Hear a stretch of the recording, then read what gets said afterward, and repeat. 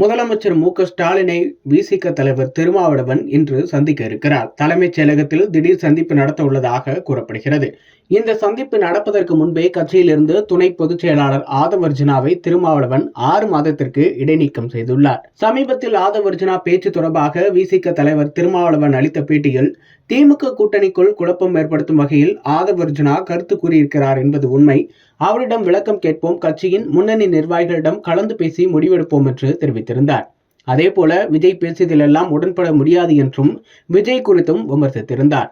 நிகழ்ச்சியில் பங்கேற்காததற்கு காரணம் திமுக அழுத்தம் கொடுத்ததால் என்று விஜய் கூறியிருப்பது உண்மையில்லை என்றும் அவர் குறிப்பிட்டிருந்தார். அதேபோல அழுத்தம் கொடுத்ததால் இணங்கக்கூடிய அளவுக்கு வி.சி.க.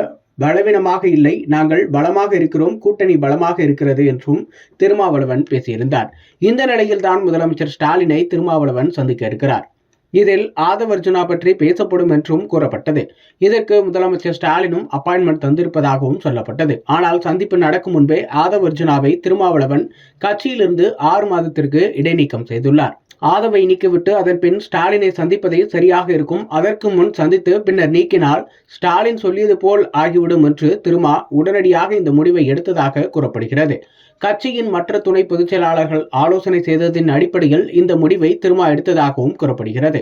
இது தொடர்பாக திருமா வெளியிட்டுள்ள அறிக்கைகள், ஆதவ்-அர்ஜுனா அவர்கள் அண்மை காலமாக கட்சியின் நலன்களை பாதிக்கும் வகையில் செயல்பட்டு வருகிறார் என்பது தலைமை நிர்வாகத்தின் கவனத்திற்குரிய விஷயமாக மாறியிருப்பதாகவும் அதன் காரணமாக அவரை கட்சியிலிருந்து 6 மாதங்களுக்கு இடைநீக்கம் செய்வதாக அறிவிப்பு ஒன்றை வெளியிட்டிருக்கிறார்.